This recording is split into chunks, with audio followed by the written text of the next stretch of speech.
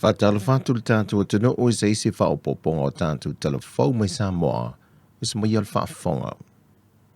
E tolu whale televisa I te tonu le atu no ule o si itia nei le ta I lua se fulu tolu wafe tāna le tupe te tongi, a ngai le kompania le SDCL po le Digital TV, e le masina e tasi. O ia whale televisa o fiel TV tasi, TV lua o lo whatu te le kane sia e whakasa, ma le TV tolu. Whamaunia mai le pule sili le ofisa le pule whatonu, le matua nisa futa e fio Purcell, o mai au nei wa ama ai leulei longa le tau faule nei, ina o tu I nātu reporte sui tusia mai whale televise te itasi, ma toe whetu na I e tau o tupe te tongi atu e ia whale televise, a ngā ili kompania lo vesuia ia whaasa le launga le teimile nei, e le digital, o isi whale televise e se mai ai le tolu lea, o loo lātou tutongi ina le se fulvalu wafe tāna I le masina. O aia inga sa whaatatia mai le whale televisa le digital, whapea fo I mwhale televisa le antunu o I le lua afe se fulmale valu. E whaola whaataita ai ai tutongi na o le se fulvalu wafe tāna le masina. Peitai, sau no le matua, o lea tu unga na whaia a mai a le ono masina, o na toi ilo leo se tau tāla whea ngai. Walua tausanga o la whale televise le tau lava lea e tasi, mai o lana ngā luenga fo I lepe ana sau no le matua, o le toi ilo tau fau e tāla whea ngai matupe maua whale televise umele antu noo, matu I nātua I se reporti di kāpeneta mō lana whaai unga.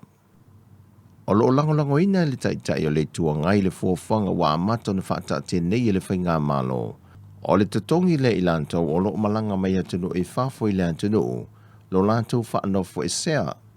Peo na sila fia e lua se fulu miliona tā la le tupe ua whaalu talu mai le lua tausanga. Sa afisoa soani ai le malo I le whaanofo e sea o tātou tangata toi te liu mai le atu nuu. Whaai loe tu le epa lupe soli aisa I le malie le ngoi. O le fuafuanga le whainga malo sa whautu ina I foi I lātou le nā teimi. E na ia tutongi lava le tangata lo lātou whaanofo e sea. Peitai o le anganga sa iele whainga malo I lea teimi. E na ia fsoswani o tātou tangata, mai o Samoa le atunu o mua, na o lātou whaiele ngā yoinga whaapea ma muli ta i e fo I New Zealand. Pei tai o le tausangan te nei na me ia se ai New Zealand mai le fuafuanga lea,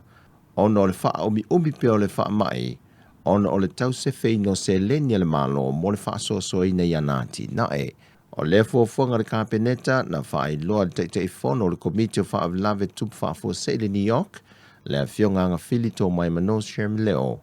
e le whailo inga male au tu stala le vaiaso le nei, o loo wha awau na whaatala noa le kāpeneta ai inga ma tū langa sui ai, le fuafuanga sa iei mua I se isi whainga fau, e se whei tupe whaasoa soa alu tātou malo.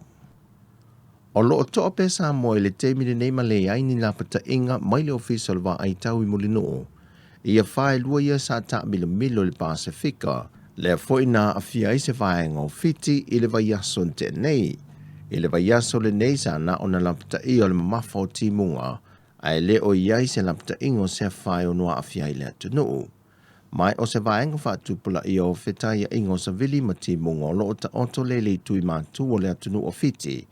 o loo ngā ngai maria na lava pe I lungo Samoa, ma au mai ai timunga mamafa, whae lo mai lo fiso tau, mai se pepo whaamtalanga, o timunga mamafa o loo whaamalo sia pea mo lau whanua o Samoa,